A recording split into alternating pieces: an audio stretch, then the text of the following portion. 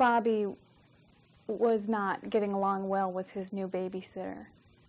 CJ was diagnosed the summer before he started kindergarten. And I think we knew from the time he was about 10 months old that he was different. In fact, from when he was 5 days old, the nurse walked into my hospital room carrying him, saying, "You're going to drive your mother crazy." My dad also gets mad when he comes home and finds something broken that I accidentally broke. That just wastes his time because he has to fix it.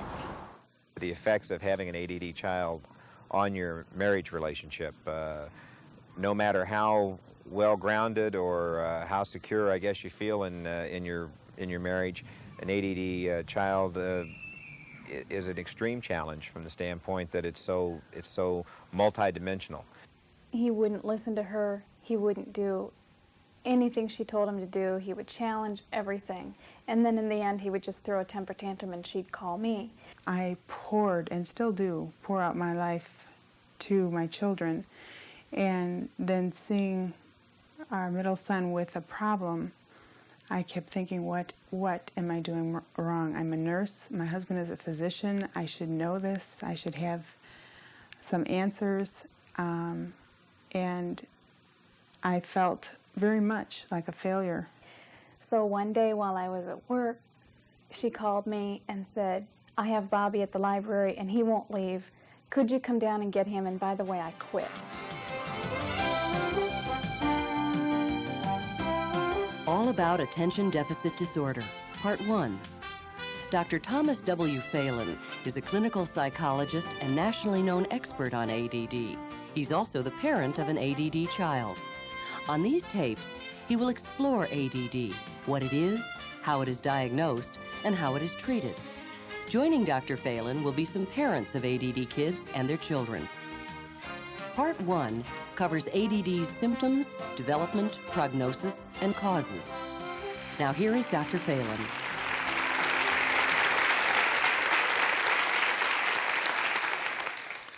Thank you very much. Our topic today is what is called attention deficit disorder. This is a problem that is very widespread and very perplexing to a lot of people. It's been estimated that up to 40% of first referrals to child guidance clinics throughout the country are ADD. And if 40% of our problem kids are attention deficit, you can see the magnitude of the problem. It's also very misunderstood, as many of you know, and that is the reason for this workshop today. ADD has not always been called ADD. It's been called quite a few other things. In fact, one writer estimated that in the last 80 years, it's probably had about 20 different labels.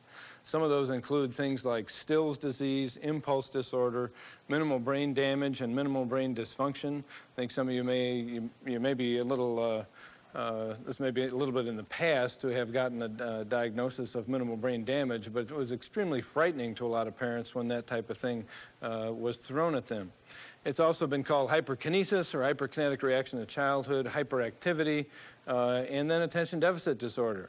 And then recently they changed attention deficit disorder to the notorious, I should say, ADHD, which some of you have heard of. ADHD stands for Attention Deficit Hyperactivity Disorder.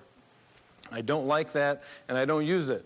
I always say the person that invented ADHD is the same guy that wrote Peter Piper picked a peck of pickled peppers. I don't know what the guy was thinking of that day, but it's unnecessarily complex. So I'm going to use ADD in my talk, Attention Deficit Disorder.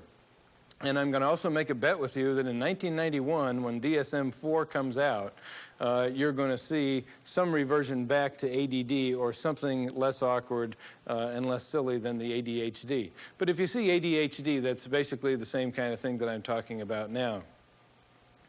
Also, going back to our previous diagnostic and statistical manual, I still like the 3 breakdowns of ADD that they had there, and that was ADD with hyperactivity, which refers to a child, usually a young child, who has trouble concentrating and is also very active, not necessarily all the time, but tends to do a lot of running around and is also fairly restless. Then we have ADD without hyperactivity, which I think is a legitimate diagnosis. It refers to a child who has trouble concentrating, but who doesn't necessarily run around a lot, doesn't get into the gross motor hyperactivity so much. A lot of people believe, interestingly enough, that a lot of the ADD girls have a strong tendency to be less hyperactive than ADD boys. Now, there's ADD girls that are as hyperactive as any boy that you'd ever want to see, but the girls do have a tendency to be a little bit more simmered down. They often fall into what some people call the pleasant space cadet syndrome. And what that means is that they just sit in the back of the class, they don't bother anybody, and they say, well, there's little Marcia back there, you know, she's a cute little thing, probably has an IQ of around 85, but she doesn't bother anybody, and we'll just leave her be. She's doing the best she can.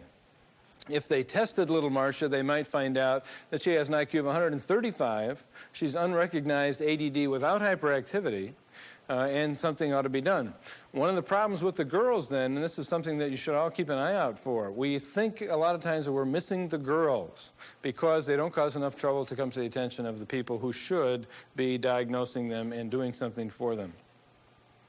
And finally, the third category is ADD with, ADD without, and finally, I still use the ADD residual. ADD residual refers to a person who's an adult who was probably ADD with hyperactivity as a child and who now carries into adulthood some of the residual symptoms of attention deficit disorder. Some of you may know that we used to believe that ADD was outgrown, and we now know that it is not outgrown. Most of the ADD children will carry into adulthood a good portion of the symptoms that they had as children. They may mellow out a little bit, but they're still going to carry those, a lot of them, into adulthood. And so ADD residual is a term that we use for that particular group. What I want to do to start with, we're going to talk first about what is ADD before in our next sections we get into things like diagnosis and treatment. What I'm going to do is give you my list of the 8 symptoms of attention deficit disorder. There's nothing sacred about the list. I have 8 symptoms that I list, and I think they'll give you an overall perspective of what this is and how it operates in a person's life. You'll read other writers, and they'll give you 3 symptoms. Some people give you 5. Some people give you more. In the DSM-3R, as many of you know, they have a list of 14 symptoms, and you pick 8. If your kid has 8, then they will give them a diagnosis of attention deficit disorder. So my 8 symptoms are a little bit different from these. But let me go down through the list and tell you what they are. The first symptom to qualify for ADD, obviously, is that you have to have trouble concentrating. But a couple of catches here. The concentration problem must be something that operates at an age-inappropriate level. We don't get parents coming into us and complaining that they have a 2-year-old with a short attention span. Why? Because all 2-year-olds have short attention spans. But an ADD child is a 5-year-old with the attention span of a 2-year-old, or a 9-year-old with the attention span of a 5-year-old. And so that may be diagnosable. So age-inappropriate attention is the core symptom. Another catch here is the fact that the ADD child will not always be inattentive. And this throws the diagnosis off lots and lots of times. The attention, just like the hyperactivity that we'll get into a little bit later, can vary or almost disappear in situations that have certain characteristics. And these are very important to keep in mind. An attention deficit child may not look like attention deficit in situations that are either novel, interesting, intimidating, or one-on-one.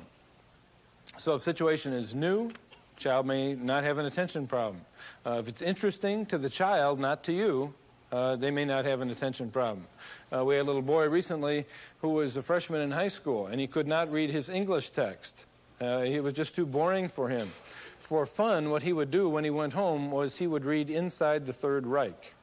Now, you would not expect an ADD child to read Inside the Third Reich. He read the thing and he finished it while he wasn't through the first chapter of his English text at school. So if it's interesting to them, they can often, not always, but they can often obliterate the attention problem. If the situation is intimidating, the child can sit still often and pay attention. And also if it's one-on-one. One-on-one means just the child and one other person. Many of these kids, and you parents know this, in fact, we have a divide and conquer rule. When you're trying to deal with one or more children in a family, it's often better to split them up, one parent with one and one parent with the other, than to have them together all the time. But one-on-one, these kids often do very well. There's another situation, interestingly enough, where ADD kids at least aren't hyperactive. They may not always attend better, but that's when they're sick. Some of these kids, when they're sick, will kind of mellow out, and they'll do just fine. I'll have mothers come into me every once in a while, and I'll say to them, "How was your week?" And they'll say, "Well, it's pretty good, but I feel guilty.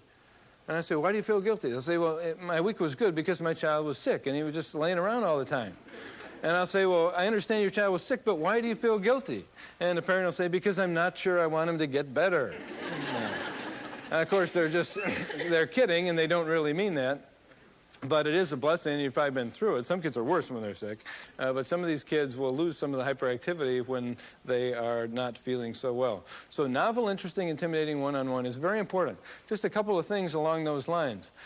Two situations that are very worthy of note that fulfill a lot of those criteria and goof up diagnoses many times are, number one, psychological testing in a school setting or privately. If you have your child tested in school, you may find that because it's one-on-one with an examiner, it's often interesting to the child, it is intimidating, okay, and fulfills all those characteristics, the child may do just fine. And the psychologist can come back to his staffing and say, I don't think this kid could possibly be attention deficit because he sat still through the testing and did just fine. That does not contradict the diagnosis necessarily.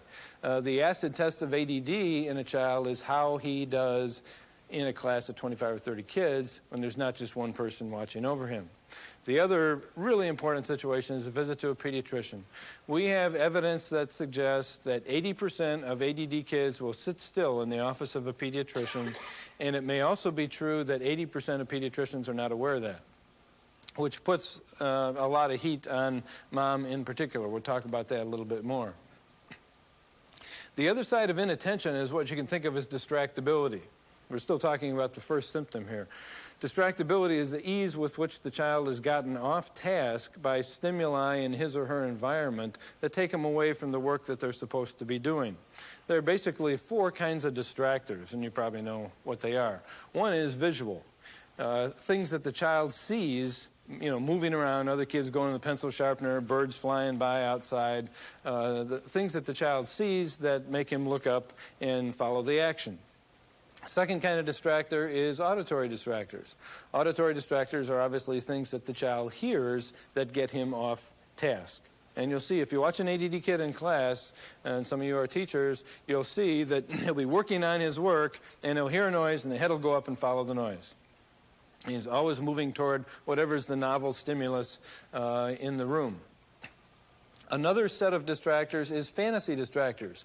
ADD kids are often accused of daydreaming, and this is true. They do daydream quite a bit. They'd rather think about their Nintendo game and how they're going to save the princess on Super Mario 3 in the evening rather than do their boring social studies. And so you'll see them kind of drifting off into space. We had a little boy a couple of years ago, whole class was taking a math test. And this boy was sitting there daydreaming. He did not know there was a math test going on. He was just totally out of it. So you'll see that kind of distractor. Then we also have somatic distractors. You can get a number of these things, but for example, it's getting close to lunchtime. The kid's stomach is growling. And so he's focused more on his stomach growling than he is on his mathematics.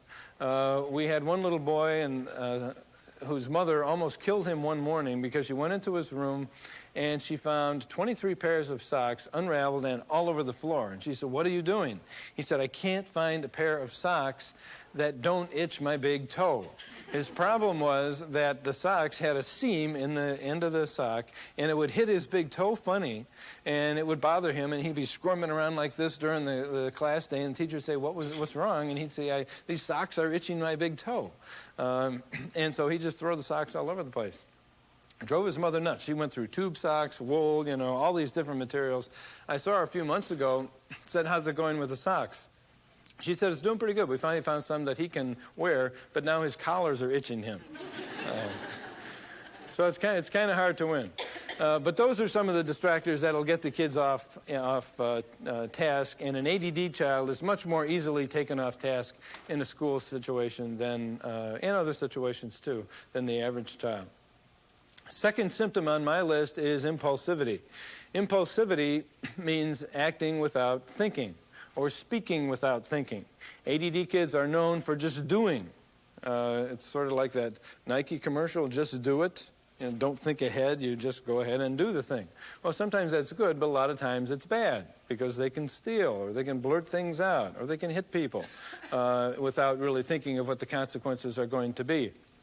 We've had ADD kids who have done things that are tragic because of impulsivity. We've had a couple of kids that have burned down their homes. They were playing with fire in the living room in a wastebasket. The thing got out of hand, caught the curtain on fire, and eventually the whole house went up. A little 4-year-old boy went to the swimming pool, almost killed himself. He didn't know how to swim. His father turned his back for just a second. The boy went over to the pool, saw water, thought fun. As far as his thought processes went, he jumped. He sank straight to the bottom, was down there for 3.5 minutes. They pulled him out. He was blue. And he's revived now, but we think that there's no residual brain damage. But that is a classic definition of impulsivity. So these kids will often do that kind of stuff. Those of you who are teachers, you will many, many times, I'm sure, run into kids in the classroom who blurt things out. We'll talk about that a little bit more. It's very, very common with the ADD child. They just can't wait. Got to be first in line, got to blurt something out, and that's impulsivity. I had a little boy once, and we were talking about the possibility of medication. He had burned down the tool shed in his backyard, and his parents said this was an impulsive act, and so I was trying to explain to this little 9-year-old what impulsivity meant. We were also talking at the time about the possibility of medication. And I said, medication might help with the impulsivity. We don't know until we try it, but it might help. He looked at me and said, well, if I take this medication and I'm impulsive now, will the medication make me pulsive?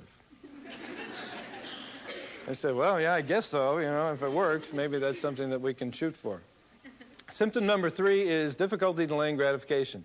What this means is kind of a fancy way of saying impatience. ADD kids want what they want when they want it, which is right now, and if you don't give it to them, they will badge you to death, hound you, have a royal temper tantrum, just give you all sorts of static until you come across with the goods.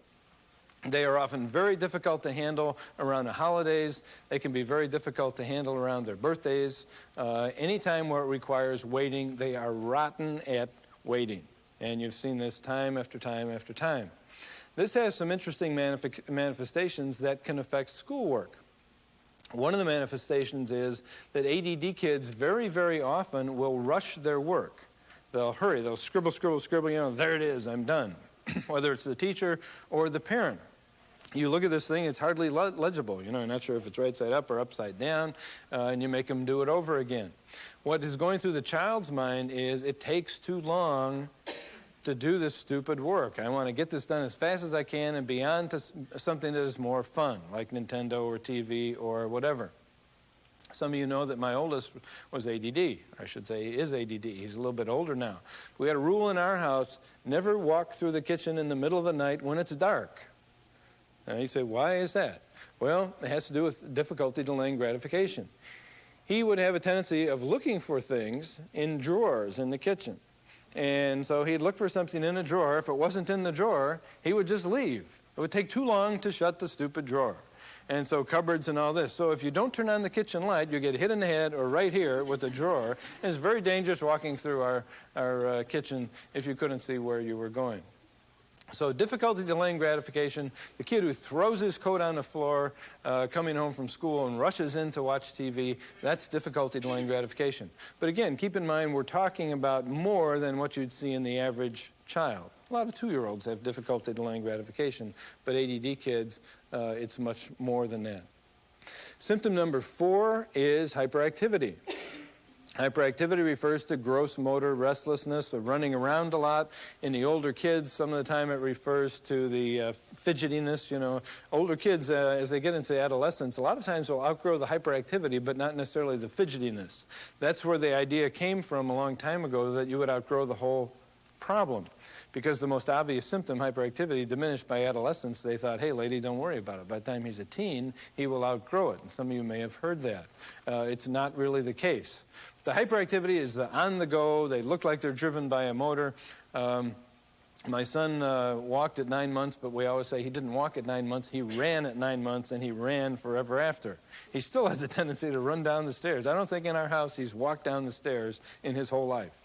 He takes the first landing in one leap, that's 5 stairs. He's never touched those in his life. The carpet's brand new, and then the rest of it he can walk down. So the hyperactivity is there, but the hyperactivity, keep in mind, like the attention, can disappear if the situation is novel, interesting, intimidating, or one-on-one.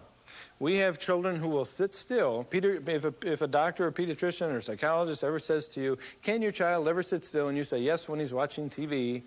And the doctor says, well, that means that he couldn't be hyperactive. That means nothing. It just means that he's interested in what he's watching.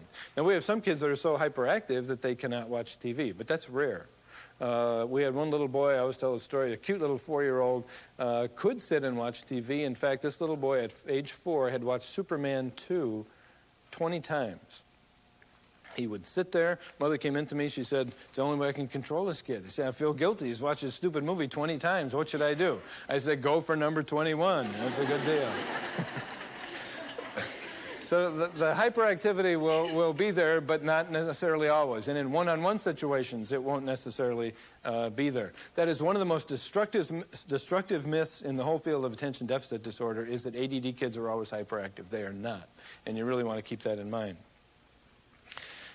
Next symptom, and this is one that used to drive me crazy as a parent, and I'm sure it's been very difficult for a lot of you, is emotional over-arousal. What this refers to is a tendency of the ADD child to feel whatever they feel very, very intensely and to broadcast it to everybody around them.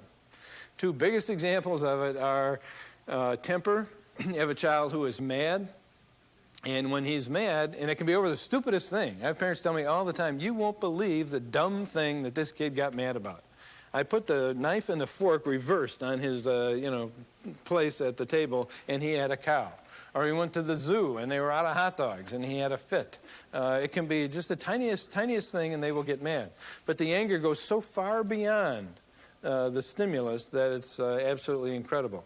So you get the major temper tantrums, and sometimes insane-looking activities. Actually, some parents will come to me with the thought that their child is actually psychotic. And a few are, but that's very rare.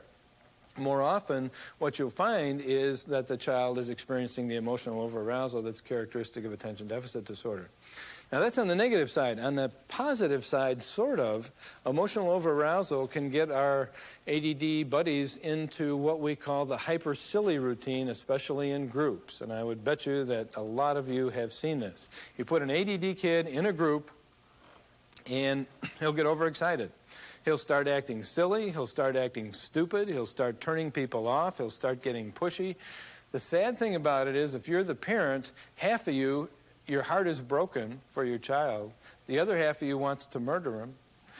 The kids that are looking at him and what he's doing are thinking, what a weirdo. You can see the looks on their faces. Who has no idea what's going on? Your child. He just has no idea what is happening. ADD kids are not known for their social sensitivity. They don't read the cues. They don't read the nonverbal cues, like the look on your face, the tone of your voice, and that type of thing. And they also don't even read the verbal cues some of the time. One of the worst things you can do in that situation is go in there and tell the kid to calm down. It's not going to work. But your only alternative is to remove him from the situation. We used to have a rule at our house. If you're going to have a birthday, the hyperactive child was going to have a birthday, there was a limit to how many kids could come over. The limit was 5 kids for the birthday party and max 2 that could sleep over later. He was 10 years old one time. I came back from work, and it was his birthday. I said to my wife, he said, how many kids are coming over tonight? She said, 5. I said, okay. I said, how many are sleeping over? She said, 5. I said, wait a minute, the deal was 2. And she said, well, I talked it over with him, and he thought that they could handle it, and so we're having 5 kids sleep over. I looked at her and I said, are you sure you want to do this? And she said, yes. So I went to a motel.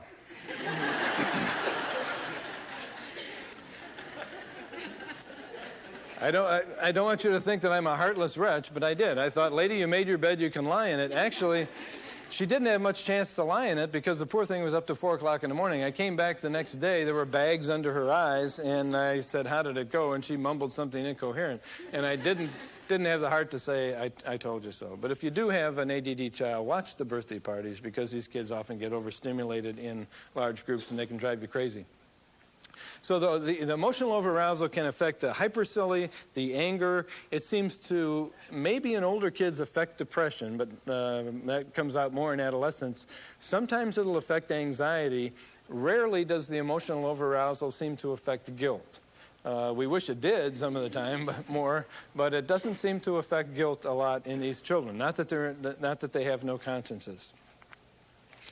Symptom number 6 is what we call noncompliance, and that simply means that ADD kids have a difficult time following rules. Now, if you had symptoms 1 through 5, you'd probably have difficulty following rules too, so you can see these symptoms tend to overlap.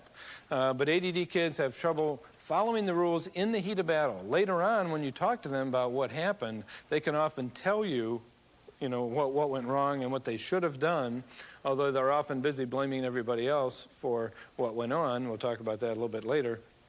But right at the time, they cannot remember the rule and they don't act on it. So they have trouble following rules. There's 2 kinds of noncompliance. One is aggressive defiance, angry temper tantrums, yelling at you and all that.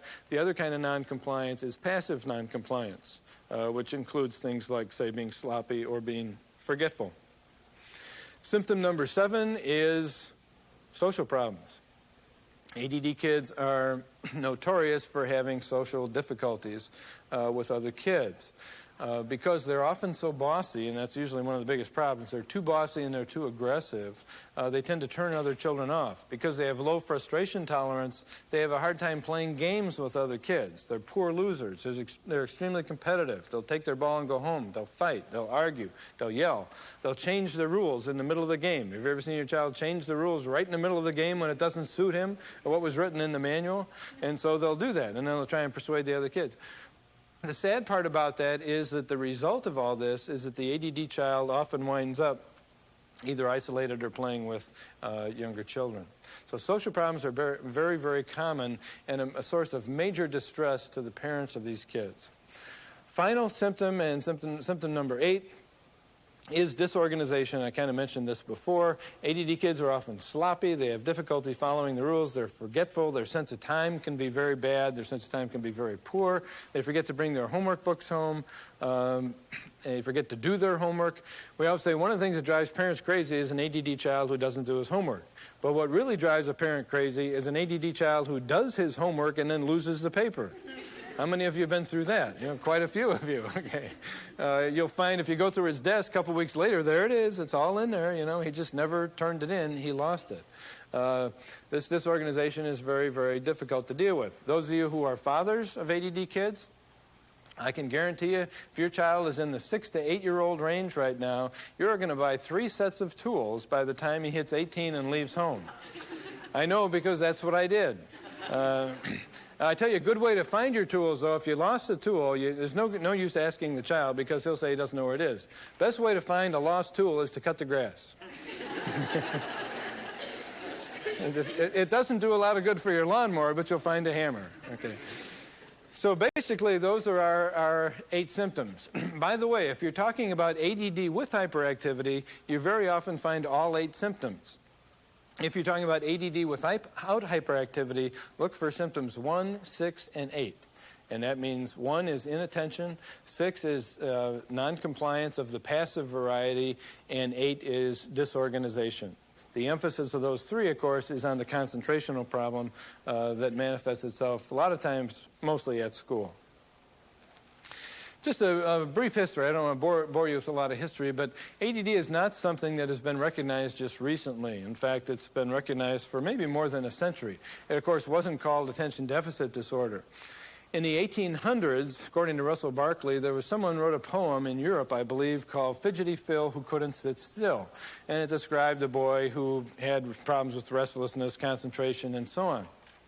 Early 1900s, a guy named Still, who had no relation to the poem, was observing kids who had some neurological problems. And he started inferring that these neurological problems and brain damage and things like that might cause hyperactivity. This idea was reinforced in 1918 when there was an outbreak of encephalitis in the United States, and some people noted that some of the kids who had had encephalitis, which we know can cause brain damage, were hyperactive afterwards. So they started getting an idea, maybe this is caused by brain damage. 1937, a guy named Bradley, in a different vein, was the first one to use stimulant medications in dealing with attention deficit kids. I think in Baltimore, in an inpatient psych unit, he used Benzedrine, which is not used now, but he reported substantial gains in many of the kids in their social performance, academic, and behavioral performance. His work was largely forgotten. It may have been too early for people to really get into this kind of thing. In the 40s and 50s, the work of Strauss and some other people really got the minimal brain damage idea going. So they were thinking there's some tissue damage, lesions, or something in the brain that is causing this. It wasn't until 1977 that they really put that one to bed. A guy named Rutter in the Isle of Wight came up with a study where he demonstrated that 95% of kids that are hyperactive show no hard signs of brain damage. And in return, 95% of kids who have brain damage are not hyperactive. So it kind of blew the theory out of the water. It doesn't mean that there aren't ADD kids or ADD-looking kids, kids that look like ADD, where brain damage doesn't play a role. But we believe that it doesn't play a role in most of the children who are afflicted with this. 1974, another historical note, Ben Feingold came out with his famous book, Why Your Child is Hyperactive. He claimed in the book that hyperactivity and learning disabilities in more than 50% of the kids affected by them are caused by artificial additives, colorings, flavorings, and naturally occurring chemicals called salicylates that occur in some fruits and vegetables. And he thought these things were the culprit. And it was almost an allergic response he was talking about. There are still 20,000 Feingold associations in the United States today, in spite of the fact that systematic double-blind controlled placebo research has failed to really support Feingold's hypotheses. But before you go dumping Feingold in the wastebasket, there still may be a small percentage of kids that are diet sensitive. Now, it may be an allergy and not really ADD, but we take parents seriously if they tell us that their child has some bad reaction to a particular substance. So we're always very careful with that. But you should know that the overall research tends to indicate that diet does not cause hyperactivity, in spite of the fact that the Feingold diet still is used in a lot of different places. 1972, the beginnings of the ADD theory started. Some people credit different writers, but a lot of people look at Virginia Douglas at McGill University in Canada, in Montreal, and she had what you might call the stop, look, and listen theory.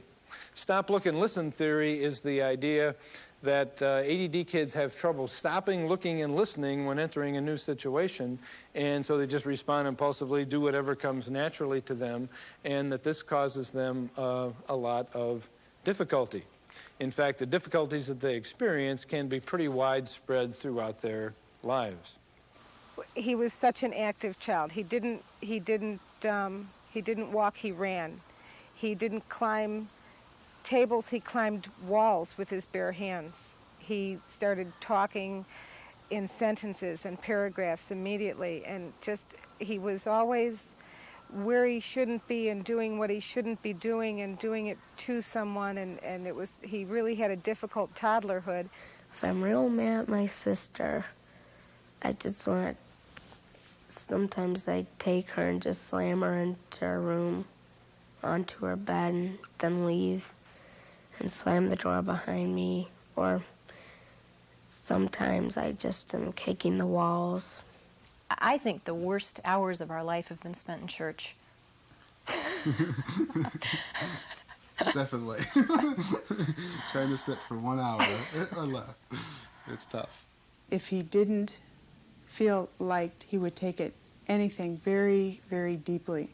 And the best way to describe it is he was just very intense with his emotions, socially, in every way, shape, and form. With all these symptoms, you might imagine that the ADD child would have problems in many areas of his life. This is often exactly what happens. The different levels of ADD that I have in my classroom, I guess I could say complement each other, that we don't have too many of one kind or the other, so that you may have a disorganized ADD, and so that's one type of behavior that you have to take care of, and you may have a disruptive ADD or a hounding type of behavior you have to deal with. So I never really have too many of them at one time.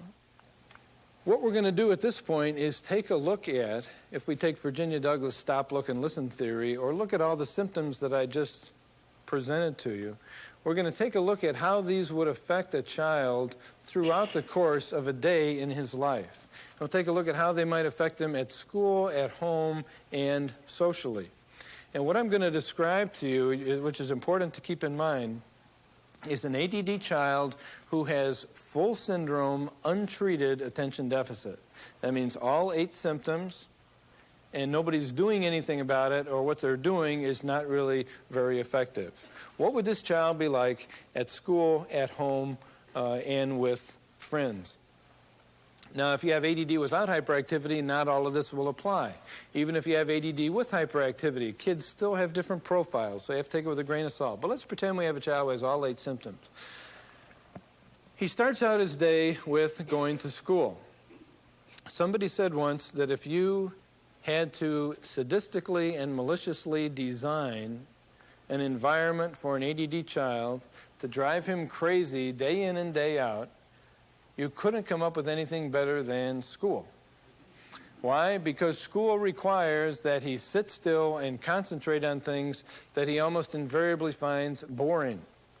There may be exceptions to it, but most of the ADD kids will find school boring. So the child is likely to become a significant negative force in the classroom because he can't sit still and concentrate very well. He's going to run into difficulties with the teacher. He's not going to be able to follow rules, especially when the rules change. An ADD child will have a much easier time going from a structured to an unstructured situation and vice versa. So he can go from math to recess without too much difficulty, but if you're the teacher that gets him after recess for social studies, watch out. You'll hear teachers say all the time, he came back from lunch or recess and I couldn't get him to calm down for 40 minutes, in my class. So they don't switch back well. What's the teacher's response? Well, what a lot of teachers will do is they try and control the child. It's a natural response. So they can try and control the kid. He acts up more. They try and control him more. He acts up more. We often say that by the time April rolls around, the kid hates the teacher hates the kid, the parents hate the teacher, the parents hate the kid hates everybody, and the whole thing is just a big mess. And that is often what happens. So it snowballs as things go on throughout the year. What about the IQs of ADD kids? What about learning disabilities? We have research that shows that ADD kids have IQs that are probably what we call normally distributed.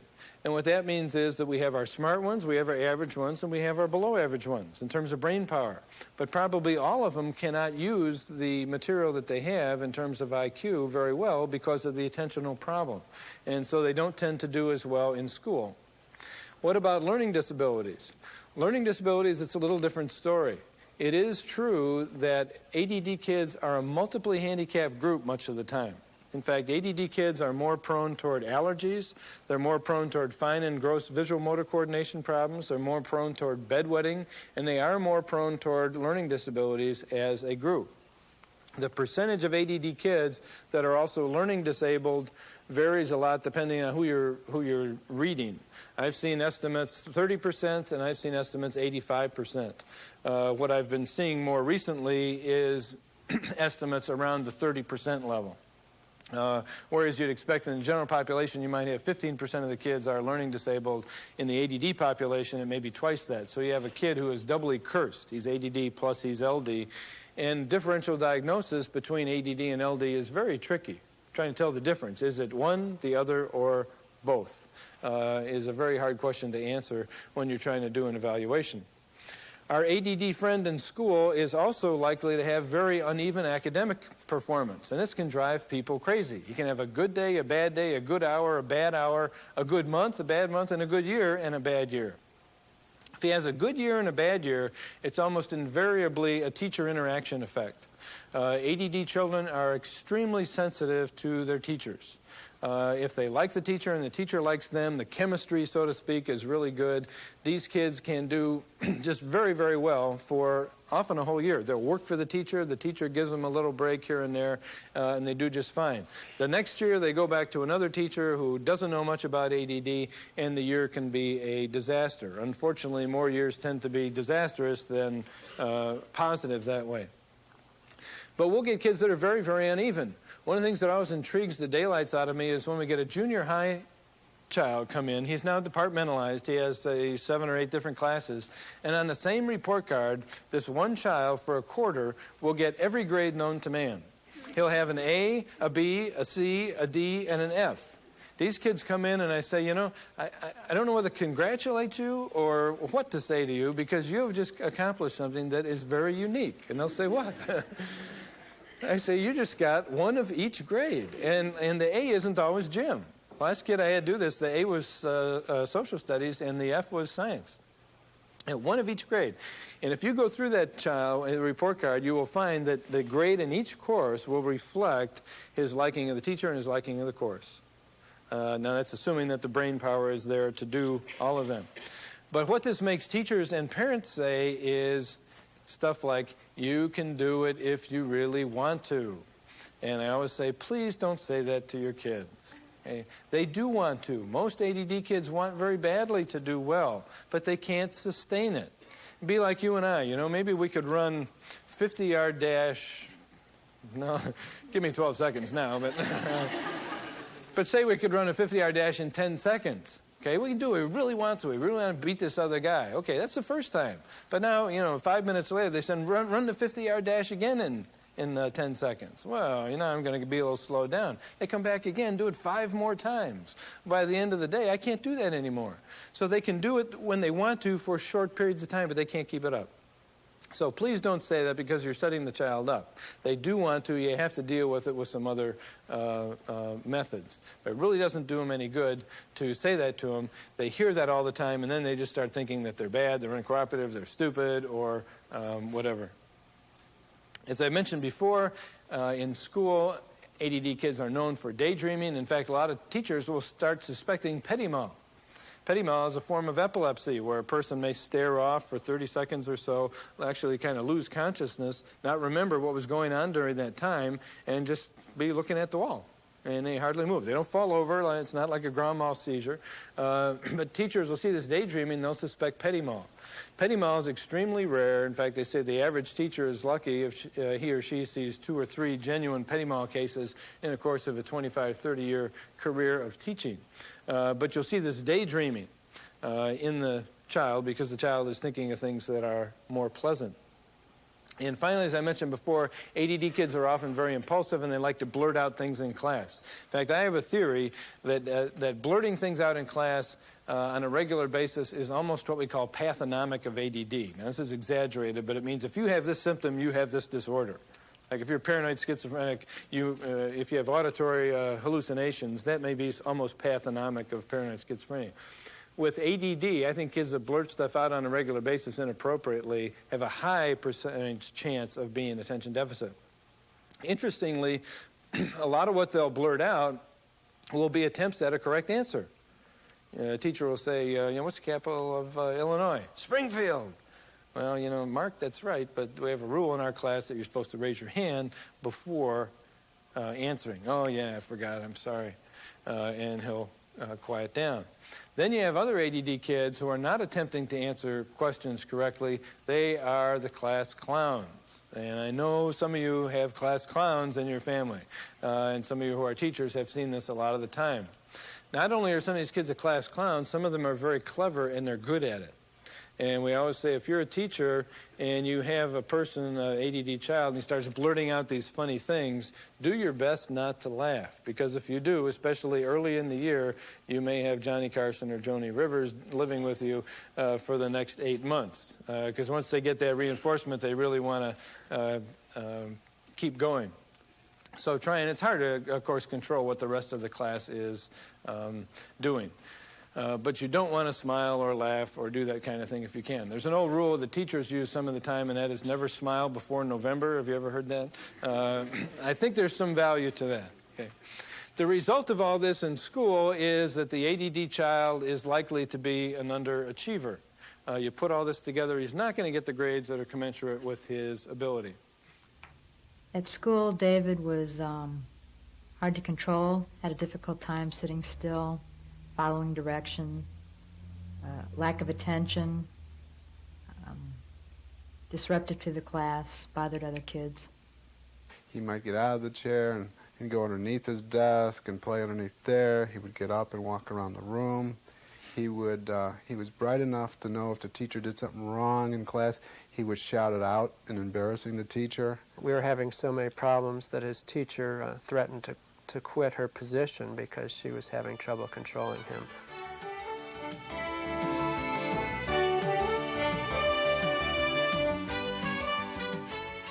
We really felt that our son redefined sibling rivalry.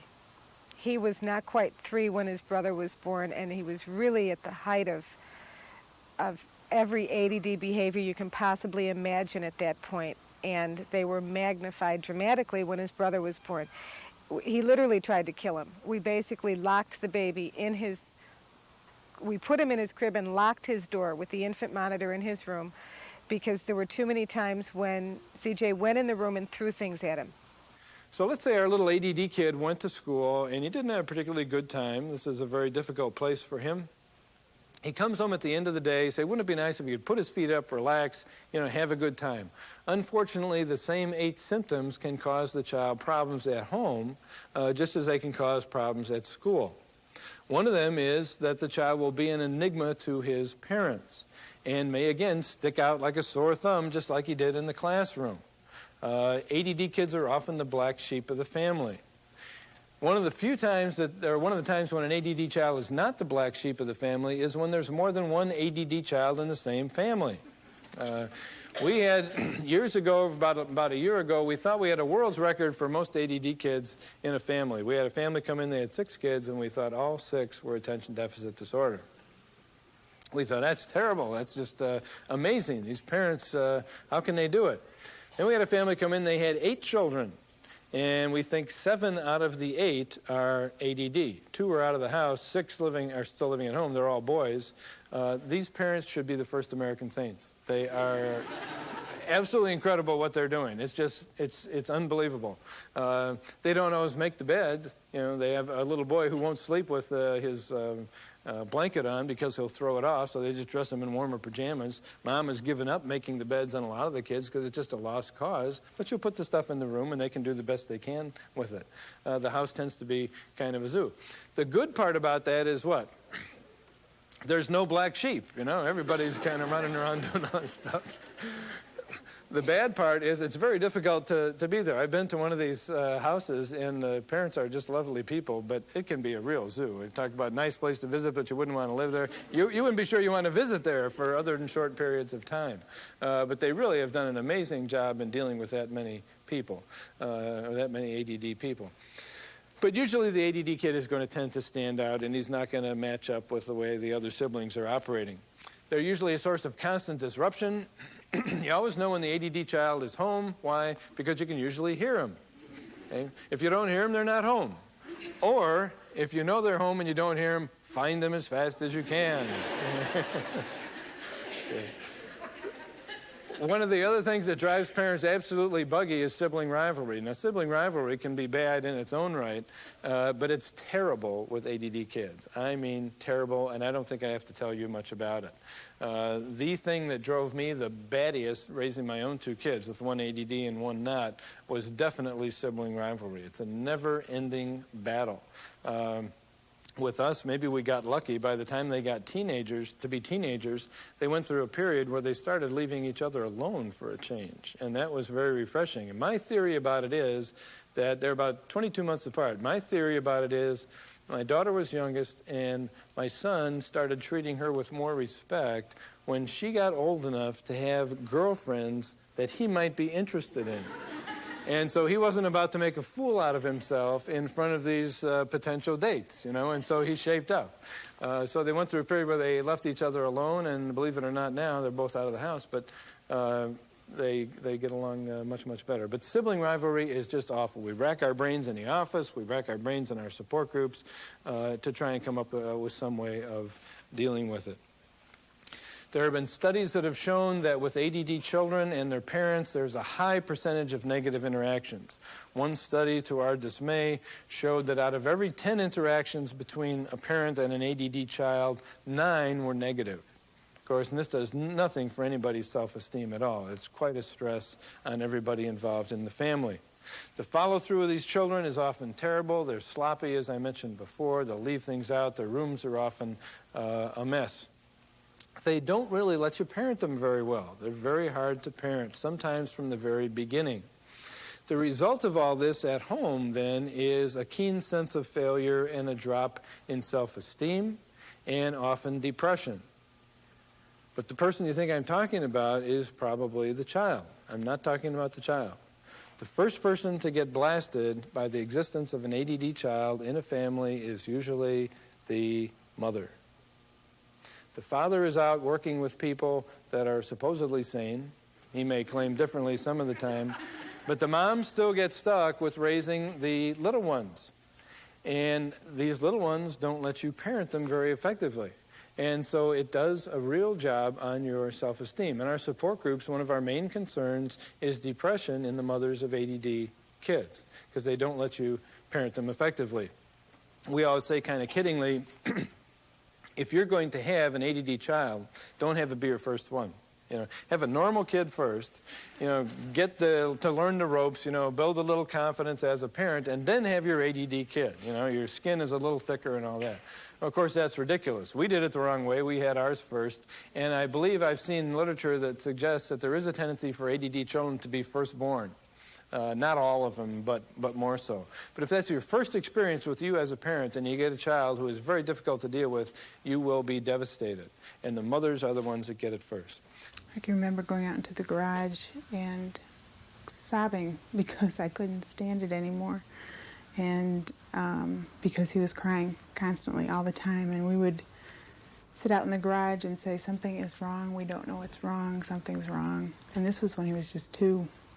It was just an unbelievably stressful time of our lives for about the first 7 months of his life. And I was convinced for a long time that that's what it was, that it was just the effects of all that stress on him when he was an infant, that he hadn't had good bonding and good nurturing, and that for so long when I was holding him, all I was doing was crying, that I just felt I'd really messed him up. I really thought it was all my fault.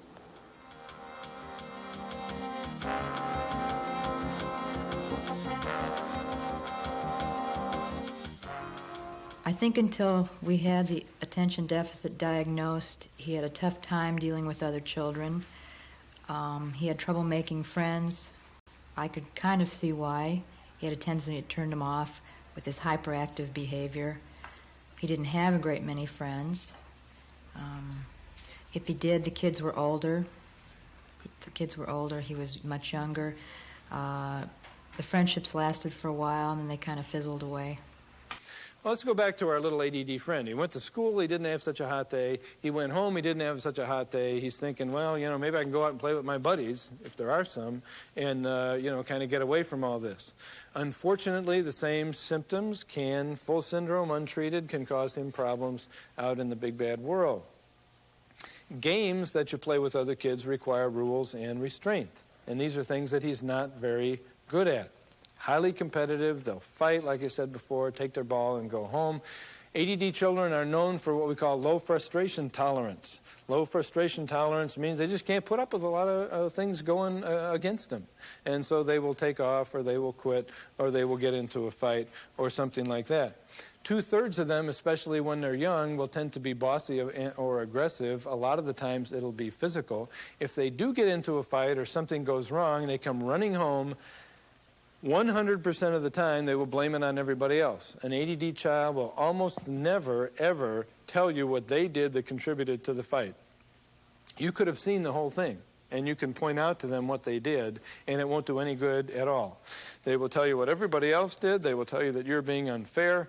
They will tell you how these kids have been doing this for this, that, and how long. And they certainly have some points. They're not stupid, but they will never take the credit for the fight. They'll always blame it on everybody else. You wouldn't think so, but oddly enough, ADD kids, in spite of these problems socially, initiate a lot of social interaction. You'd think they'd just kind of leave everybody alone, but they will initiate a lot of social interaction. But it's often negative. It's kind of like they don't know how to say hello. We had one little girl in the 3rd grade, and what she would do in the wintertime, when school was over in the cloakroom, people would be putting on their boots and their coats and all this kind of stuff, and she'd go around, she'd kick all the boys in the shins. You know, it's kind of her way of saying, see you tomorrow, have a nice evening. This was initiating something, but it was negative. And, of course, it didn't make any friends for her, and it gave her a bad reputation. And that's one of the worries with our ADD kids, that they often get a bad reputation. In groups, as I said before, these kids will often get silly and turn other children off. The result of that is they will play with younger kids. Classic sign of an attention deficit child is one that plays with younger kids, or many times they just wind up isolated and they don't play with anybody. One of the things we'll ask the kids in the office is, who's your best friend? And sometimes we'll see how long it takes them to respond. Sometimes they'll play with older kids, but usually the result is that the ADD child will play with younger kids, or they will not have friends that they can deal with. Well, he does this to a lot of people. He makes everybody mad, and they just want to go up and punch him or hit him, tease him. So I went up and I was teasing him, and he went and told the lunchroom teacher, and so then I had to sit out in the penalty for the rest of the week. One of the things that we saw that Jordan had with other peer pressures or relationships with other kids is that he tended to be with kids either 2 years older than him or 2 years less than him. He didn't really stay with his own grade. He'd go higher or lower. He was either command of the little kids or he was the little guy of the big kids. What is it like to grow up with attention deficit disorder? Unfortunately, we no longer believe that ADD is outgrown. Instead, it persists for most children, showing itself in somewhat different ways at different ages. We ran into a lot of things that started to give us clues. He wouldn't sit down very long with toys. He would be going from one toy to another. We didn't know if he could stay put until he went to first grade. And once he got into first grade, the teacher kept wondering, is there something wrong? We had to have someone observe him. The question we're going to address now is, how does full syndrome untreated ADD affect a child in the course of growing up from infancy on to adulthood? And we'll take a look at how the different symptoms manifest themselves at different ages. Starting with infancy, what I'm going to say about infancy you have to take with a little bit of a grain of salt. There are ADD kids that are horrible infants, and there are ADD kids that are wonderful infants, and the same about just average kids.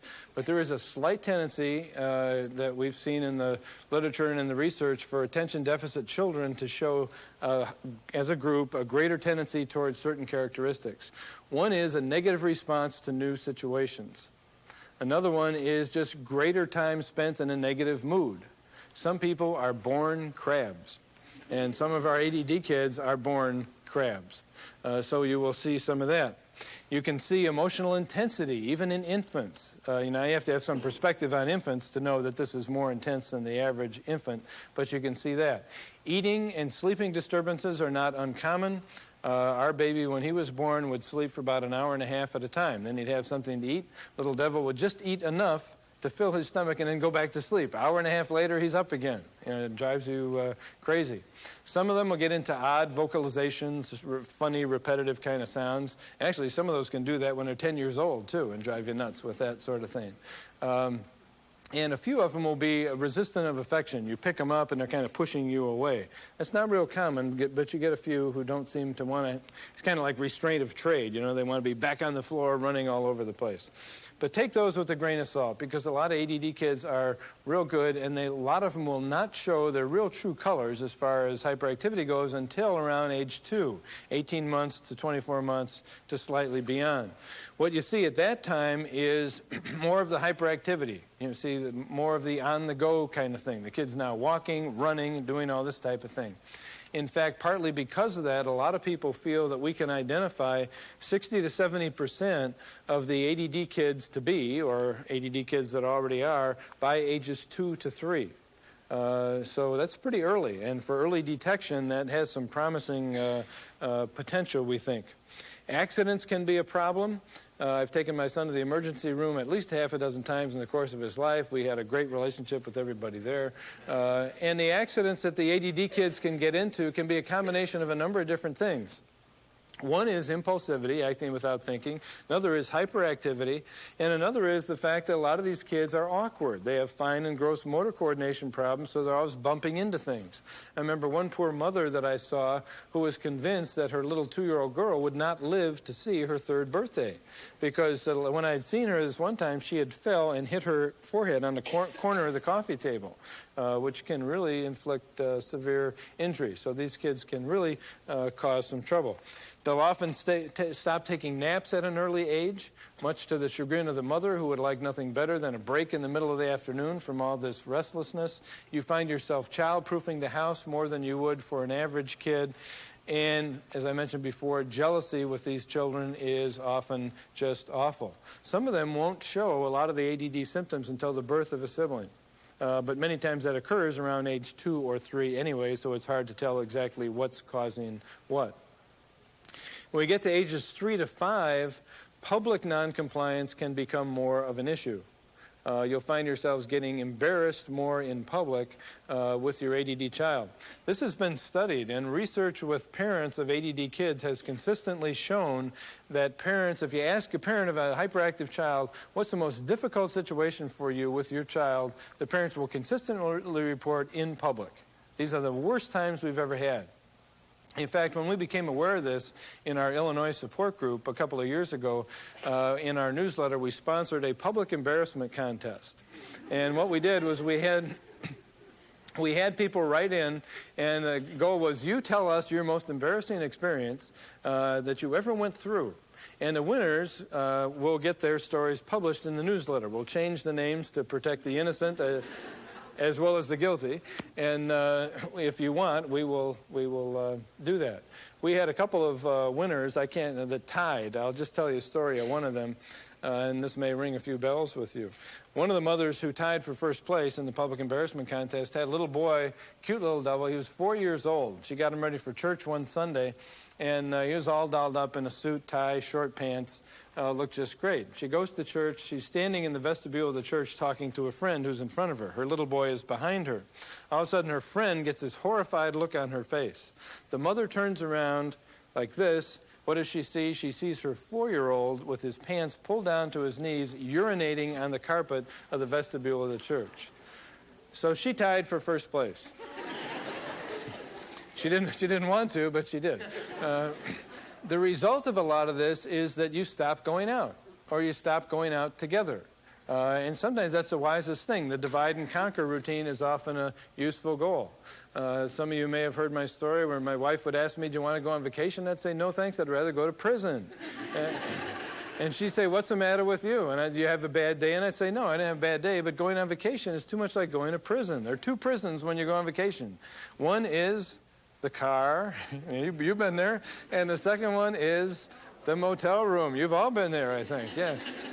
What are your options? Well, it's real hard. If you went through the sequence we went through, you first think, let's get 2 adjoining rooms. It's too expensive. So I say, no, we got to stay in the same room.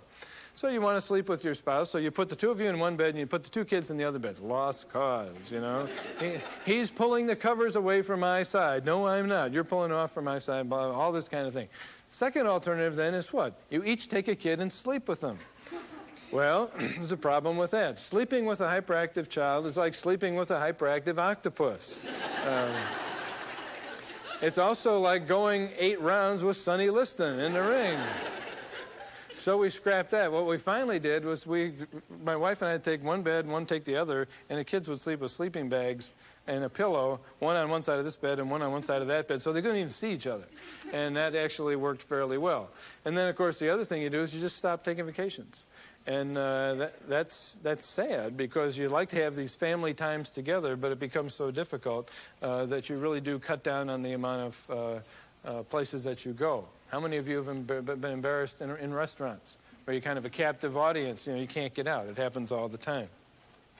Back to ages 3 to 5, peer problems can become more of an issue as the child graduates from playing by himself, parallel play, to interactive play. The competitiveness and the low frustration tolerance can start causing major problems. You can start getting calls from the school. on a regular basis, even the preschool. For many mothers especially, this is the beginning of what we sometimes call phone phobia. Phone phobia is where the phone rings and you think, oh no, it's the school calling. What did he do this time? And you're right. It is the school calling, and he did do something this time. We've had parents that get calls 3, 4, 5 times a week. You also get the feeling at ages 3 to 5 that discipline doesn't work the same way it did with the other kids if you had other children. This kid just doesn't respond the same way at home or at school. You wonder if they have a conscience. They probably do, as I said, but they don't seem to act like it. And ages 3 to 5 as well, you can start getting destructiveness from the child. Destructiveness can really take 2 forms. One form of destructiveness is a child who, when angry, breaks stuff. And many times they'll break their own things. Sometimes they'll break other stuff in the house, but many times they'll break their own toys and things that they cherish. Now, this will break your heart, too, and you're in a dilemma of what do you do with this? Do you let him break his own stuff, or do you protect him from doing that? In our family, we chose to let him break his own stuff.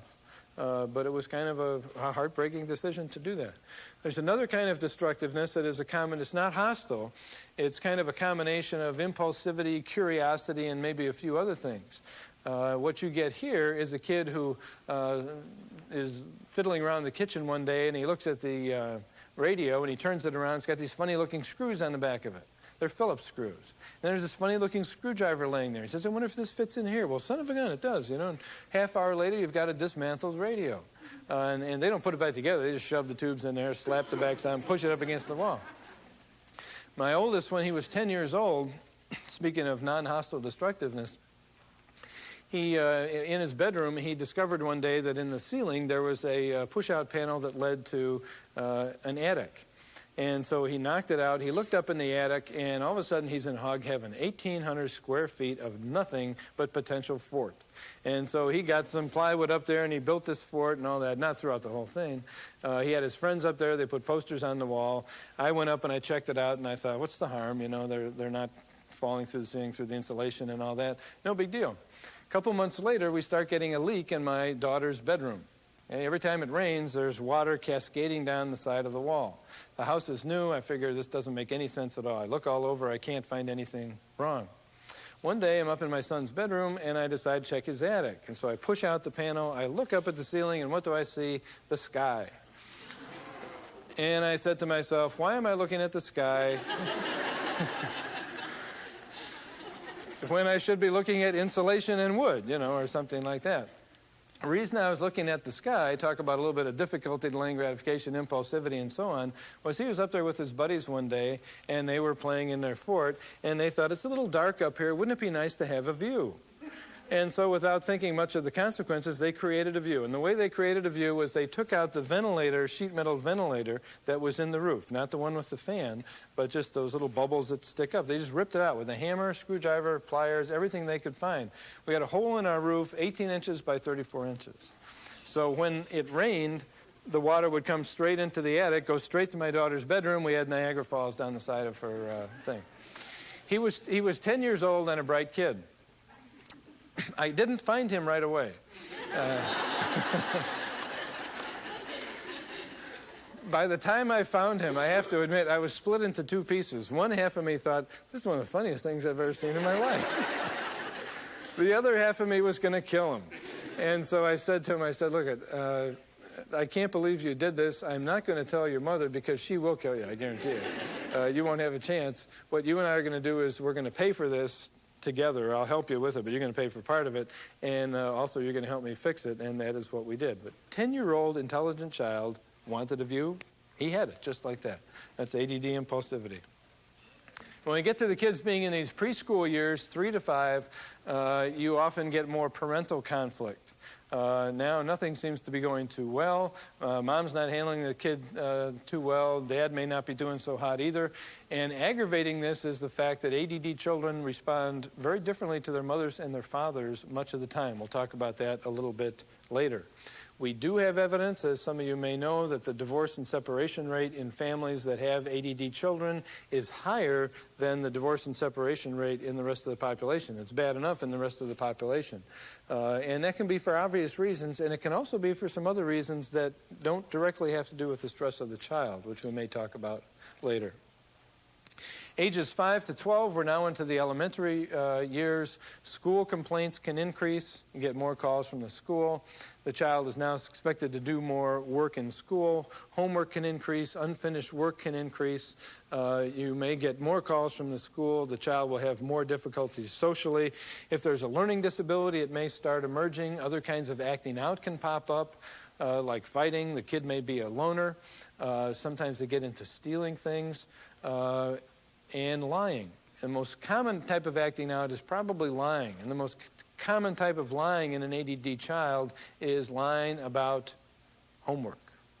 Kid comes home, do you have all your homework done? Oh, yeah. Sure you don't have anything? Nope.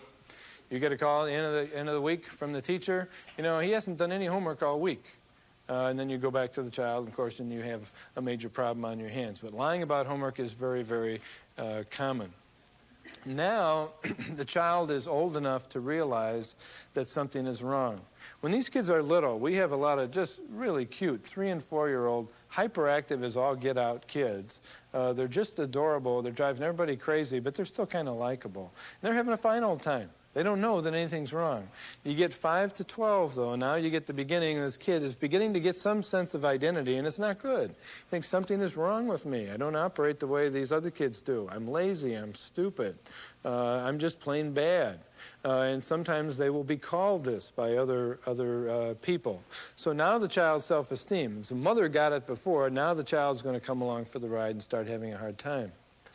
A couple of months ago, I was doing this workshop, and I got to this point, and somebody raised their hand. They said, are you going to say anything that's not depressing the whole time?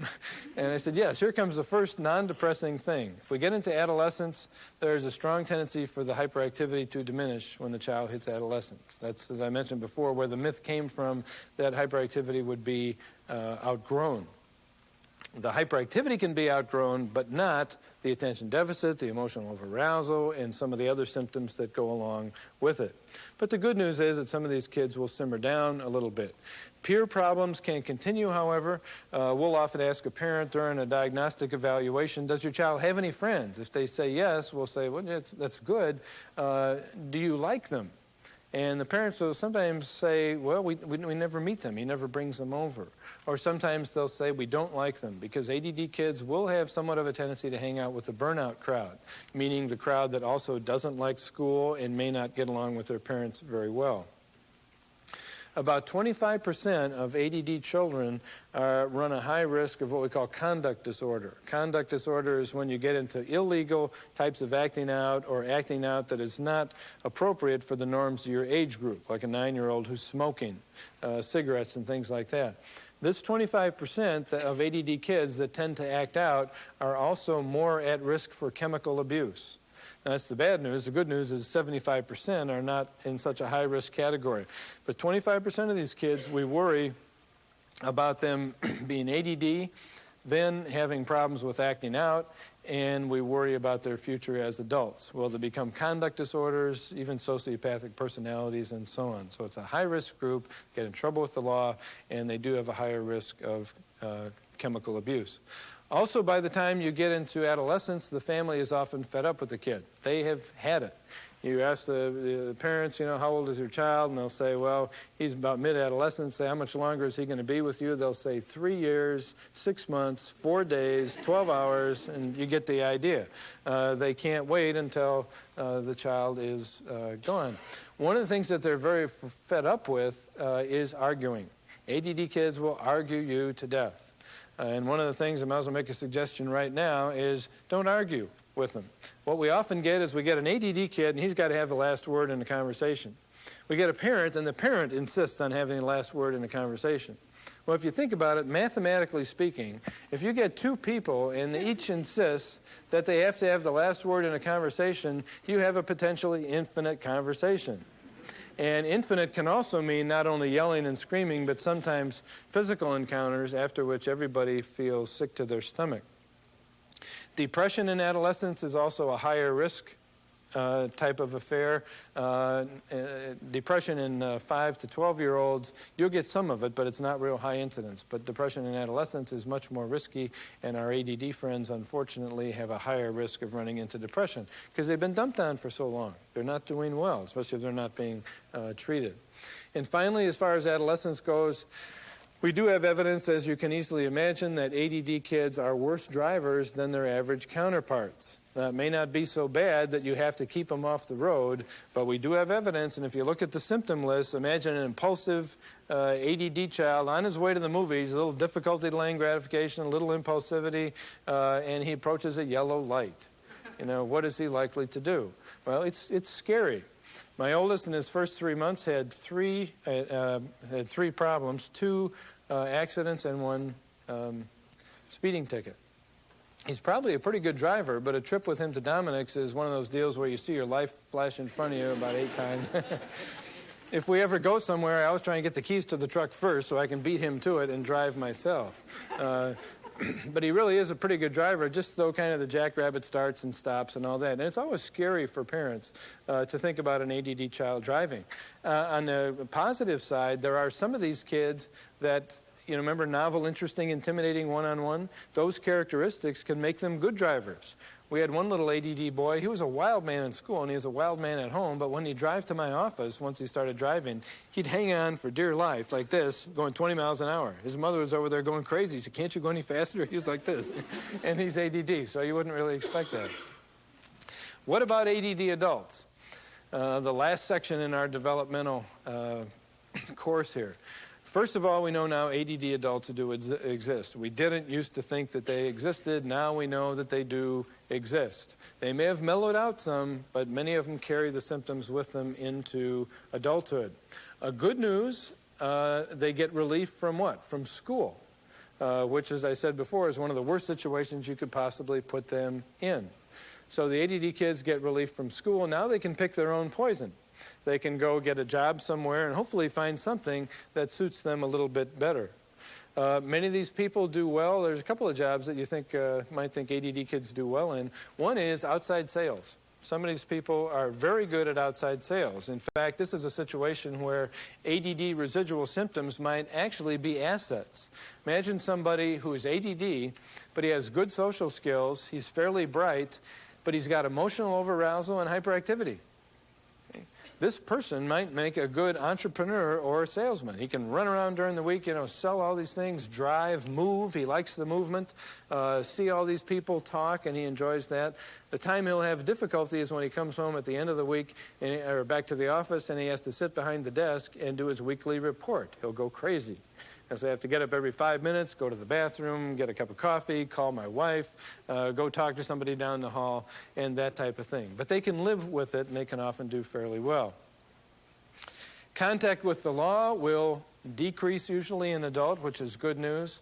On the other hand, we do have evidence that ADD adults do tend to move more often, they change jobs more often, and I don't know yet if there's research that they divorce more often. My guess is that they might, but I don't have any evidence for that at this point. Their educational and economic level is likely to be overall lower than that of their peers or that of the rest of their family. An interesting question about ADD adults is, do they seek out mental health professionals or psychiatric or psychological help more than the rest of the population? My guess is, although I can't prove it, is that they probably don't. Even though they might need it, I think most of them, because they've been dragged to so many shrinks as kids against their will be darned if they're going to do it on their own when they're adults and it's time where it might be necessary. Family vacations became a real challenge. Every time we'd leave the house, I'd say within 5 hours, I was swearing I was never going out again on another family vacation. In the future, they could take the vacation without me. It sounds terrible, but this is what's happened. Did I call them the vacations from hell, or is that not allowed? I can remember one experience when we were at the store, the grocery store, and he had pulled an orange out, just touching everything in the store, and all the oranges fell down. And then we went to the ball display, pulled out the bottom ball, and all the balls fell down. And I got quite a few looks in the store just about every time I went, because it was always touch, touch, touch, and then trying to get him to sit down in the grocery cart was even a challenge. As a parent of 2 ADD children, we've had all kinds of trouble with babysitters. We've come home and had our house ransacked. We've had things destroyed. Babysitters never know what happened. They have trouble. They quit because they can't control the children. It's been just one headache after another as far as babysitters. All parents worry about their kids' future, but parents of attention deficit children worry a lot more. Is there any way to tell how your ADD child is likely to turn out as an adult? Will he ever get to the point where he will be able to maintain his social relationships to a point that will allow him to enjoy what we call today a normal, functioning, fulfilling life? And those are probably my key concerns, wouldn't you say? I get panicked when I think about the future. I get nauseous. I get so frightened. He said to me one day a couple weeks ago, "Mom, what happens if you fall in love with someone and they don't fall in love with you?"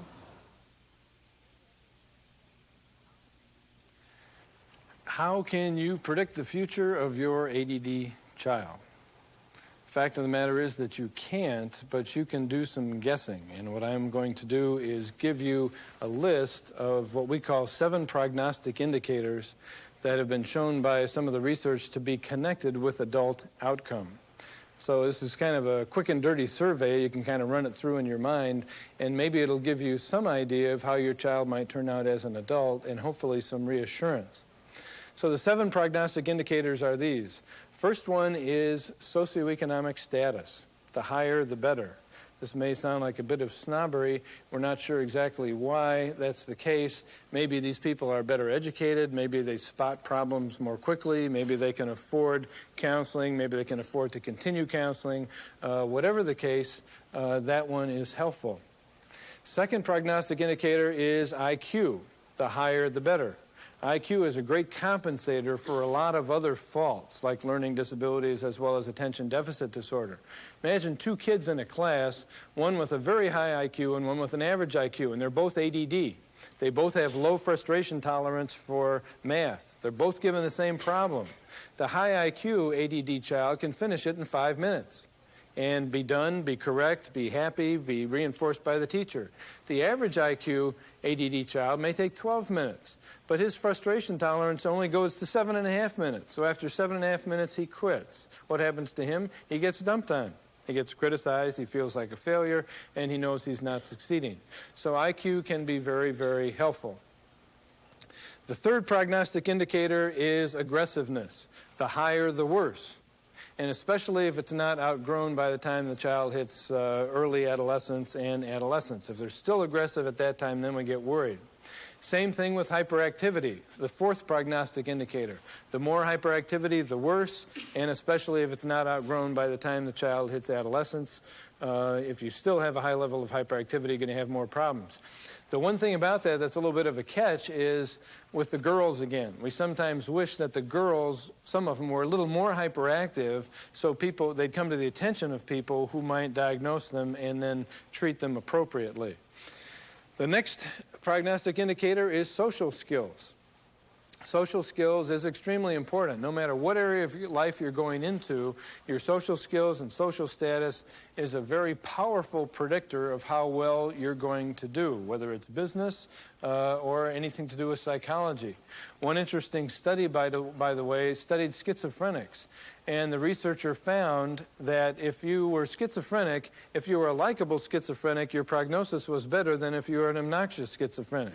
Now, that may sound kind of silly, but it's true. And what sort of social skills you have really makes a difference. The next prognostic indicator is early detection. This is a rather obvious one, whether you're talking about cancer, learning disabilities, or attention deficit disorder. The earlier you pick up something, the better off everybody is. We get a lot of kids coming into the office when they're 16, 17, 18 years old. Some of them we can help, some of them it's too late. Some of these kids will just sort of stare at you with a blank look on your face. You'll talk about ADD. You might talk about the different therapies. You might talk about medication could help concentration in school, make school easier for them, and they'll just look at you. Some of them probably feel like spitting in your face, but if it's too late, many times we lose them. So the earlier, the better. The last indicator that you can think of to try and predict how your child is likely to turn out is what you might call family strength or parental psychopathology. Parental psychopathology is just kind of a fancy way of saying that the better put together mom and dad are, the better off the child's likely to be.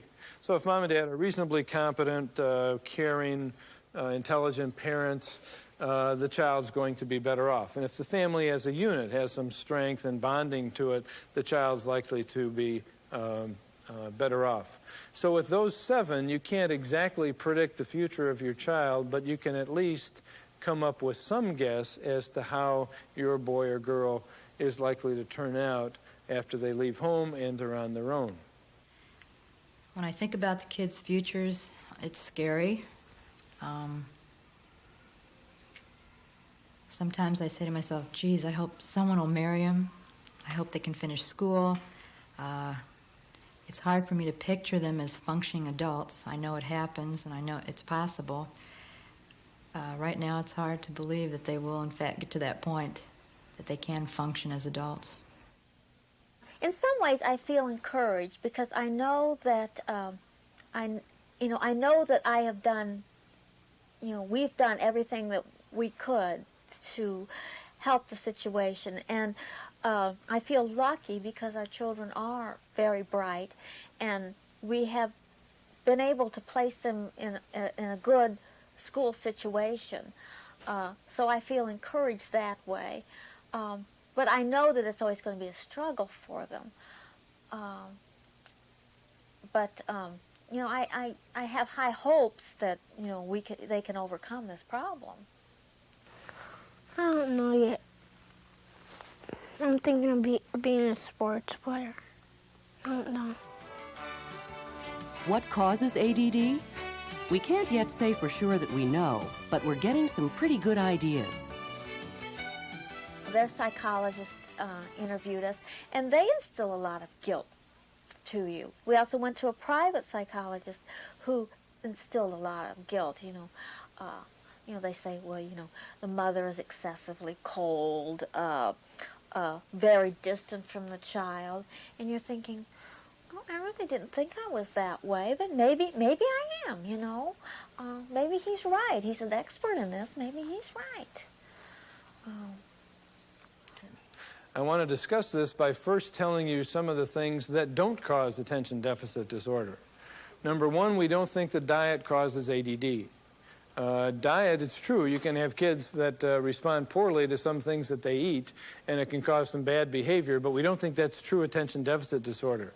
The same with allergy. There are kids that are allergic, and kids that are allergic can be kind of crabby, and they can cause some trouble. But we don't think that that is genuine ADD.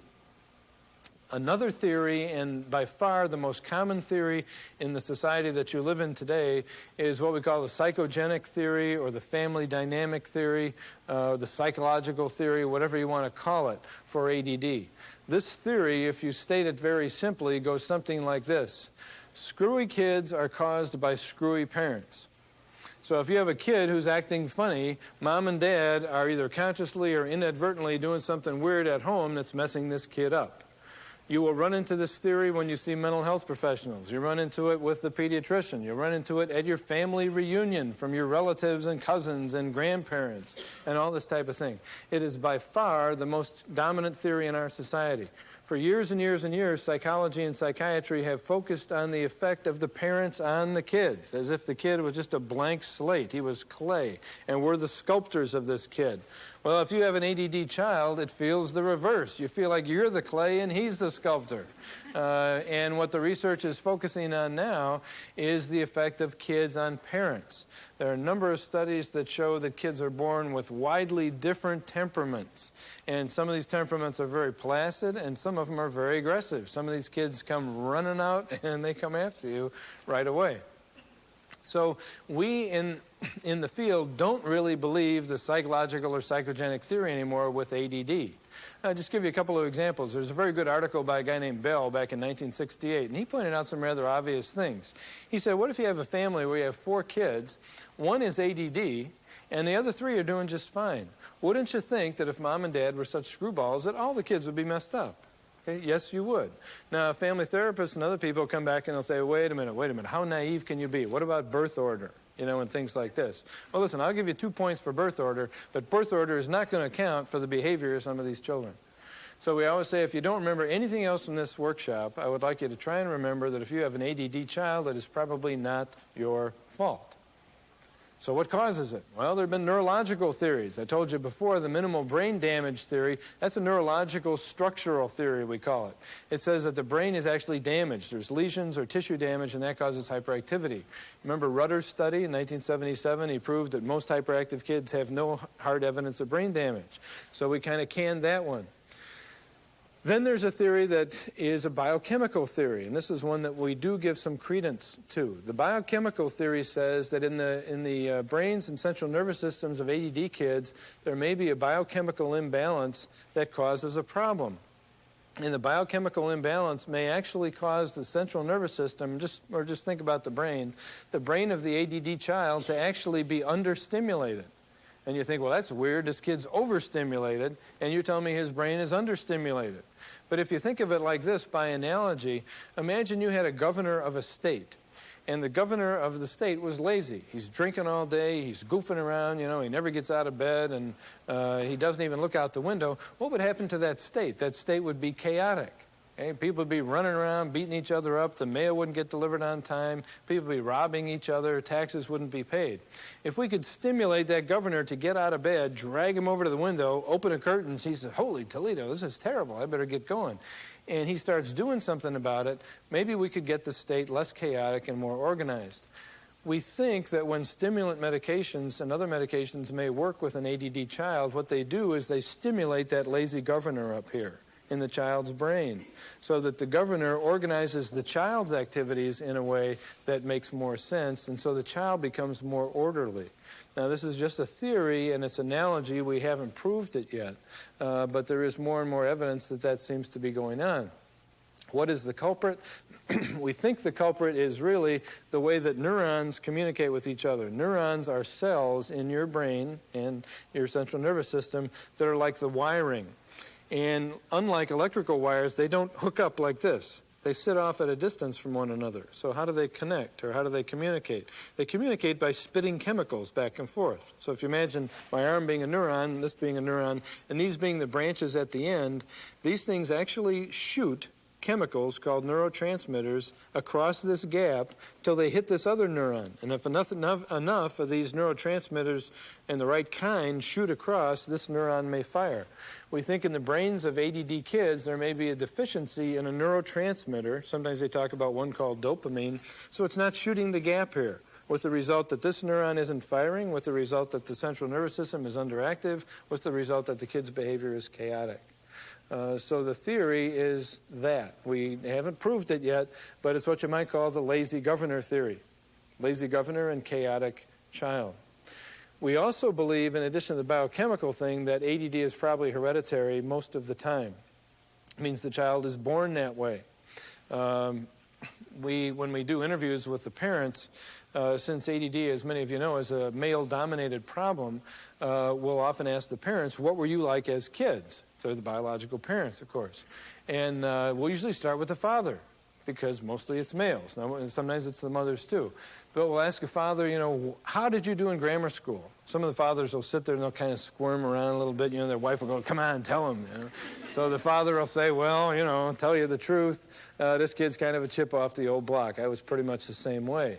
Now, it's not always exactly, you know, a dead ringer for dad, but we do find that a lot of the dads had very similar problems to what their kids had, and a lot of the mothers did as well. So we do believe, in a sense, that ADD is a hereditary biochemical disorder that your child was born with. You didn't train him to be that way, and it's something that you all have to live with. So in a sense, we say that ADD is nobody's fault. It's not the parent's fault, it's not the child's fault, but it's there, and it's something that you definitely have to live with. So what causes ADD? Probably a biochemical, inherited problem that the child may have to live with for a long period of time.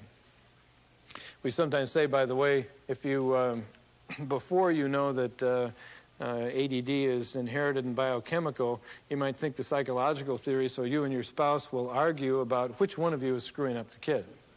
After you find out that it's hereditary, you can argue about whose side of the family is it coming from.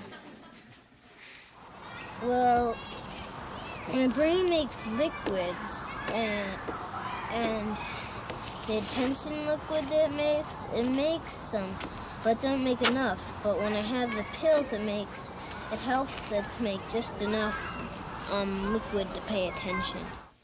I think a lot of times we as teachers come in with our, out of our ivory tower with our ideals and our expectations, and it's very easy to try to pin blame for a student's behavior on parents, on the home life. Being a parent on the other side, you realize that it's not all that easy. You understand the frustrations. You understand what it's like being on the other end of a staffing table.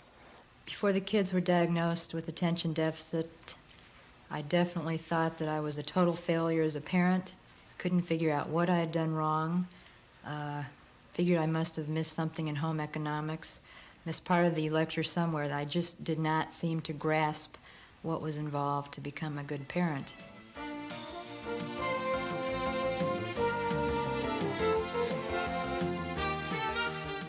In my own experience, being the male, being the quote-unquote breadwinner, being in the job outside the home, you have a tendency to focus externally and think that, well, gee, why isn't this working at home? I mean, you're at home all day, you're with the child, can't you get a handle on this? The sex ratio in ADD kids is 6-to-1 males to females, maybe. If we were identifying all the girls that maybe we should be identifying, the ratio might drop to 4-to-1 or 3-to-1. So we don't really know yet what the deal is there. Don't ever forget that hyperactive children can sit still. Novel, interesting, intimidating, one-on-one.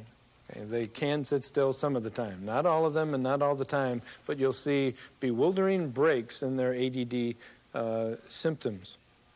Moms versus dads. I mentioned this before. There's a very strong tendency for attention deficit children to respond better to their fathers than to their mothers. And I don't think it's the mother's fault. I think the reason for this is dad is less familiar, more intimidating, larger, and more often to use screaming or physical violence in dealing with the child. I'm not talking about necessarily abuse. Mom is more familiar and all the rest of those things. Dad is also a male, and a natural part of growing up is supposed to be identifying with a parent of the same sex. So little girls are supposed to identify their mothers, and little boys are supposed to identify with their fathers.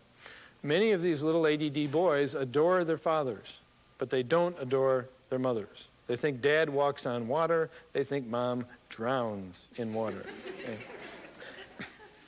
So you'll get this disagreement. So we always say to the moms, look, this probably is not your fault that the child responds more poorly to you. You've got the dirtier job. We always say to the dads, don't go around feeling so cocky or so superior. You have kind of an unfair natural advantage, but use it. It's very helpful. Don't just go hide in the closet and say, well, what the heck, I'm not going to use it anymore. You can be of great assistance. Now, if we take these last two things that I just mentioned, ADD kids can sit still, and fathers have an advantage, and we put them together, what I'm going to do is describe what I call a day in hell in the life of the mother of an ADD child. Okay? And it goes something like this. This mother has a 4-year-old. This 4-year-old has been driving her absolutely nuts. He just got kicked out of preschool. He terrorizes his younger sister all the time. He doesn't obey at all. She found him the other day 5 blocks away from home, and she had no idea where he was. She says, I got to do something. Sets up a appointment with a pediatrician for 11 o'clock in the morning. Got to do something. Maybe the doctor can help me. Pediatrician is a doctor who doesn't know that 80% of hyperactive kids will sit still in his office. Okay? So mom goes in there, Doc, this kid's driving me nuts. You know, we got to do something. She describes the whole thing to him. Doctor says, gee, it sounds pretty serious. Let me see the child. So the child walks into the office, stands there like this. Doctor says, well, Tommy, how are things going? Oh, pretty good, thank you, sir. Well, your mom says you're having a little bit of trouble at home. Oh, yeah, sometimes I do. You fight with your sister some of the time? Yeah, I do. How are things going in school? Oh, they didn't like me too much at school. And the whole interview goes like that. The kid hardly moves. The doctor, believing that a hyperactive child could not do that, has to come up with some other interpretation. Mom comes running back in at the end of the interview. Doc, what do you think? What's he going to conclude? Mom is either nuts, mom is exaggerating the problem, or mom is causing the problem by some kind of faulty parenting. And so he's going to communicate that to this poor mother. Well, how is she going to react? She's going to believe him. He's the expert. She's not the expert. How is she supposed to know? So she goes home crushed. She knows she's doing something wrong, but she doesn't know exactly what it is. Sometimes the doctors will also make suggestions that are really rather absurd. I had one mother tell me about a doctor who suggested that what she'd do on the way home was buy this kid about a half a dozen models, airplanes, cars, and all this stuff, have him sit down at home and make these things, and that would teach him concentration and the ability to sit still. Well, he got less than 1/8 of the way through the first model before he destroyed the thing out of complete frustration, and so that didn't work. But let's go back to our day in hell here. This poor mom goes home, and she's got this 4-year-old. ADD kids are not always known for their sympathy. In fact, a lot of times they're more like a shark who's going for blood, or a wolf, they're going for the jugular. And so this 4-year-old crucifies mom all afternoon. He pulls stuff he didn't even dream of before. I mean, he's just giving her a hard time. She's feeling guilty, depressed, and this kid is murdering her. 6 o'clock, it's at its worst. The kid comes in, she's cooking dinner. He says he wants a candy bar. She won't give it to him. He throws a pot across the floor, almost breaks the window, throws himself down, yelling, screaming, doing all this kind of stuff. Dad walks in the door. Dad sees what's happening, looks down at the kid, says, knock it off, young man, or I'll kick your butt from here to Alaska. And the kid freezes. And then Dad looks over at Mom and says, now why the hell can't you do that? Now, where is our mother? Well, her opinion of men may not be so hot, but the worst part of it is that her opinion of herself is real bad. She has had 3 males today demonstrate without a shadow of a doubt that she's incompetent. A pediatrician, her husband, and her child. What was the problem? The problem was really ignorance. There was a pediatrician who did not know that 80% of these kids are going to sit still in his office because they're intimidated. It was a father that did not know that he had an unfair natural advantage, and it was a mother that didn't know that stuff either. The kid doesn't know much. He's only 4 years old. So we always say education is very, very important. Educating a pediatrician, educating the family, so you don't have to go through that kind of thing. Is there a cure for ADD? The answer is no. There probably never will be, but there are treatments, and we'll talk about those a little bit later. What about the siblings of attention deficit children, biological siblings? The prevalence of ADD in the general population is probably 5 to 10%. It means 5-10% of our school-age kids are probably attention deficit, probably closer to 5.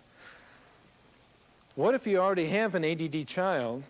What are the chances that another natural sib of that kid will be attention deficit? The odds jump from 5 to about 25 to 30%. I've had mothers in the office some of the time, and we have just diagnosed a 5-year-old as attention deficit disorder, and they're pregnant. And all of a sudden they look at me and they go, oh my God. And they'll ask the question, they'll say, what are the chances that this one, not knowing it's hereditary, what are the chances that this one will be ADD? And I'll tell them the chances are 25, 30%. That's the bad way of phrasing it. The good news is at 70% he won't be. But, you know, you kind of take your chances, and the mechanics or the mechanisms of hereditary, as many of you know, are very erratic. What about the parents of ADD kids? Most of us here today are probably parents of attention deficit children. What can you say about us psychiatrically and psychologically? Well, you got to be careful with this a little bit, but studies have shown that those of us who are parents of attention deficit children as a group have a greater tendency towards certain psychiatric disorders than the rest of the population. I'm going to list them for you. None of them will sound good, but it doesn't mean you have to have one, okay, or two. But here's what they are. First one, a biological parent of an ADD kid. There's a greater tendency toward depression, especially in the mothers. Chicken and the egg problem here. Is it biological depression, or is it that it's depressing raising an ADD child, and that's what stimulated it? Second problem in parents is alcoholism, especially in the fathers. Again, chicken and the egg. Is this father biologically predisposed to drink too much, or is that his way of dealing with coming home to a chaotic home situation every night? Third one is hysteria, especially in the mothers. Hysteria is like the emotional overarousal. That's one of the prime symptoms of attention deficit disorder. Some of these mothers, though, you talk to them, and they'll come in, and those of you who are teachers here and mental health professionals, you want to keep this in mind.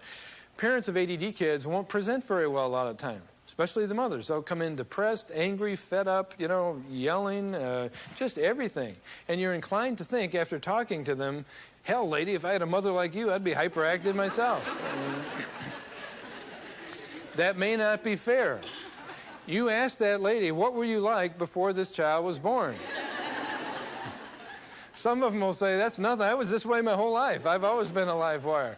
But others will tell you, and they'll be sad when they tell you, they will tell you, before I had this child, people used to tell me I was laid back, I was calm. They would compliment me on that. And after I had this child, it was a totally different story.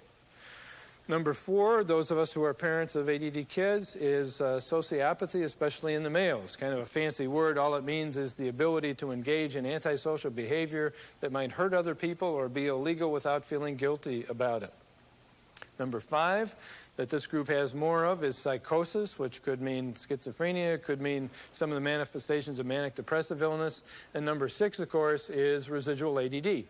So those of us who are parents have more of a tendency toward all that stuff. But remember, it's not necessarily take your pick. You could have 3, but you could have 0. I won't tell you which ones my wife thinks I have, because I don't think that's appropriate for the workshop. But you can think it over, and it is serious and it is disturbing some of the time when we get into that. So if you are a parent of an ADD child, that's something that you may want to explore a little bit further. And I would have these long days where it was just all I could do to keep things from getting broken and keep people from getting hurt and keep things as much under control as I could. And I would be so frazzled by the time Ken would walk in the door and say, I really have a problem with you always being angry at him. And I would want to kill him. Not the child, but the husband. I would want to hurt him because I think you don't have a clue as to what I've gone through today.